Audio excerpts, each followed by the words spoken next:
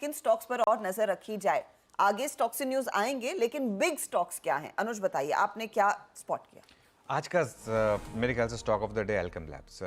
एक strong sector में strong stock. और एल्केम के बारे में एक चीज़ कहूँगा कि काफ़ी डोमेस्टिक फोकस कंपनी है एल्केम, और डोमेस्टिक कंपनी अच्छी कर रही हैं।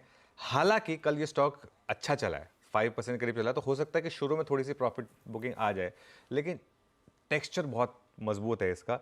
और जिस तरीके के नंबर्स आए हैं, सबसे स्ट्रॉन्ग मार्जिन इसके, और हर पैरामीटर पर नंबर्स अच्छे थे। आय 11% बढ़ी, मुनाफा 87% बढ़ा, मार्जिन का एक्सपेक्टेशन था 16% था, और मार्जिन आए हैं 21.7%। और मैनेजमेंट ने गाइडेंस हल्की सी अप की है या रिटरेट की है, ये अपने आप में एक बड़ा पॉजिटिव है। और मेरे ख्याल से ये एक आज का स्टॉक ऑफ द डे होना चाहिए। अगेन ये स्टॉक कल चल चुका है, लेकिन फिर भी मुझे लग रहा है, कई बार क्या होता है ना, हम कहते हैं कि पोजीशनिंग का ध्यान रखें। कई बार पोजीशनिंग होने के बावजूद अगर नंबर्स इतने अच्छे हों, इतने ब्लॉकबस्टर हों, जैसे ट्रेंड का हमने एक एग्जांपल लिया था कि पोजीशनिंग के बाद भी ट्रेंड चला था अगले दिन। हाँ। तो इसके लिए कई बार पोजीशनिंग के बाद भी स्टॉक चलते हैं, डिपेंडिंग ऑन नंबर्स कैसे हैं। एकदम माइंड बॉगलिंग नंबर्स हैं एल्केम के इसके लिए। दूसरा स्टॉक जो हम रेडार पर लेकर चल रहे हैं वो है एशियन पेंट्स। अगेन इसको भी ग्रीन में लेकर चल रहे हैं, क्योंकि क्रूड के भाव जिस तरीके से गिरे हैं, और एशियन पेंट्स 15% करेक्ट हो चुका है अपने हाइस से।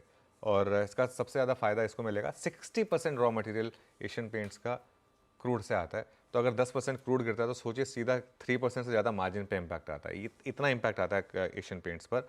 और अगर ये कायम रहा तो मार्जिन सुधरेंगे, और ब्रोकरेजेस के भी पॉजिटिव व्यू हैं। HSBC का तो 4000 का टारगेट है। तो ये दो स्टॉक्स, ये एक सेक्टर है बेसिकली जिसको, लेकिन क्योंकि एक स्टॉक चुनना था तो इसके लिए मैंने एशियन पेंट्स चुन लिया। चलिए, तो एशियन पेंट और साथ ही साथ आज का बिग स्टॉक एल्केम लैब्स। और एल्केम लैब्स पर कई सारी ब्रोकरेज रिपोर्ट्स भी आ गई हैं, जहां पर वो अपने टारगेट्स और ऑफ कोर्स ओवरऑल एस्टिमेट बढ़ा रहे हैं। तो ये दो स्टॉक्स आप रेडार पर रखेंगे।